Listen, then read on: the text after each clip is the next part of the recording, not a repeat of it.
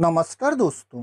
मैं भंगी के घर पैदा होना पसंद नहीं करूंगा। मैं उस देश में पैदा होना पसंद नहीं करूंगा जहां हिंदू धर्म जैसा धर्म और हिंदू समाज जैसा समाज प्रचलित है, जो आदमी को नीचे गिराता है, आदमी को आदमी से घृणा करना सिखाता है, जो निर्धनता, गुलामी, अंधविश्वासों को प्रोत्साहन देता है, जो गुण और योग्यता की बजाय जन्म को महत्व देता है, या संक्षिप्त में जो भंगी पैदा करता है।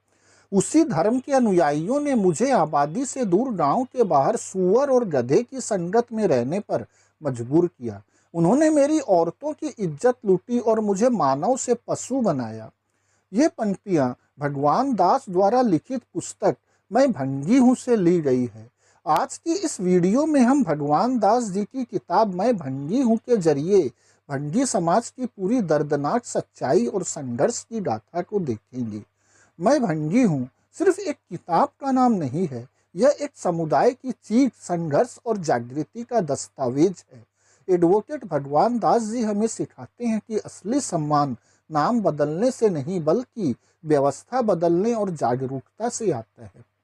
अपने पुस्तक के पृष्ठ 76 पर वे कहते हैं कि हिंदू धर्म एक ऐसा किला था जिसमें से निकलने के लिए दरवाजे खुले थे लेकिन प्रवेश के बंद थे। जब कोई व्यक्ति हिंदू धर्म को छोड़ जाता था तो हिंदू खुश होते थे कि चलो गंदगी निकली, लेकिन जब जनगणना रिपोर्ट छपने लगी तो उन्हें पता चला कि उनकी संख्या घटती जा रही है और मुसलमानों व ईसाइयों की संख्या बढ़ती जा रही है। हिंदू नेता सोचने लगे, अगर यही हाल रहा तो एक दिन ऐसा भी आ सकता है कि हिंदू स्वयं अपने देश में ही अल्पसंख्यक बन जाएं और शासन मुसलमानों और ईसाइयों, जिनमें अधिकतर प्राचीन काल की तथाकथित निचली जातियों के लोग ही थे, उनके हाथों में चला जाए। अगर ऐसा हो गया तो ब्राह्मणी संस्कृति, धन दौलत, ऊंचा स्थान जो हिंदुओं के ऊंचे वर्गों तथा ऊंची जातियों ने निचली जातियों, गरीब और कमजोर लोगों का खून चूस चूस कर बनाया हुआ था, सब छीन जाएंगे, बर्बाद हो जाएंगे।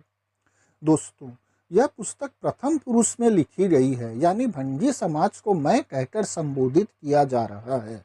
भगवान दास पुस्तक में आगे लिखते हैं कि मेरी यानी भंगी समाज की तरफ दिलचस्पी के दो कारण थे, राजनैतिक और आर्थिक।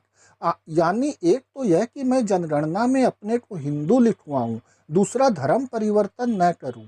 धर्म परिवर्तन से दो नुकसान होते थे, एक तो हिंदुओं की जनसंख्या घटती थी और उन धर्मों की बढ़ती थी जिनमें मैं धर्मांतरण करके प्रवेश करता था। दूसरी, मेरे धर्म परिवर्तन से एक डर और था कि यदि मैं धर्म परिवर्तन करके सफाई का काम छोड़ दूंगा तो हिंदुओं को स्वयं यह गंदा काम करना पड़ेगा। हिंदुओं ने मेरा ब्राह्मणीकरण करने का फैसला लिया।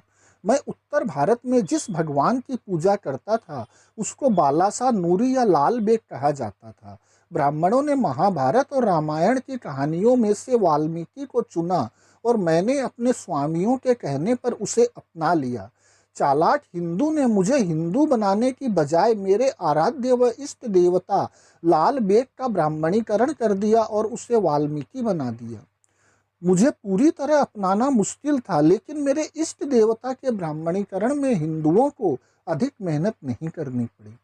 हिंदू विद्वानों ने मुझे हिंदू बनाने के लिए लाल बेग की बजाय वाल्मीकि से जोड़ दिया, क्योंकि वाल्मीकि कई ब्राह्मणी कथाओं के अनुसार चांडाल था, कई कथाओं के अनुसार डाकू था और जन्म से ब्राह्मण था।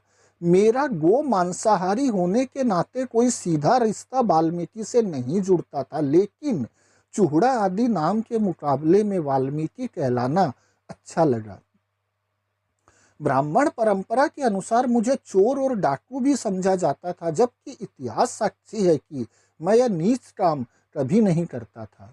ब्राह्मणों ने मुझे चोर डाकू बनाकर वाल्मीकि से जोड़ दिया। मैं और मेरे भोले नेता इस साजिश और शरारत को समझ नहीं सकी। मेरे भोले भाले लोगों ने जो हमेशा सुंदर नामों से प्यार करते आए हैं, केवल नाम की खातिर आसानी से अपना प्राचीन स्वतंत्र धर्म छोड़कर हिंदू धर्म की गुलामी कबूल कर ली। मैं उनके मंदिरों में अब भी दाखिल नहीं हो सकता था। अपने मंदिरों से दूर रखने के लिए उन्होंने अलग वाल्मीकि मंदिर बनवाने में मेरी सहायता की और उनमें वाल्मीकि रामायण तथा वाल्मीकि की मूर्तियां रखवाई।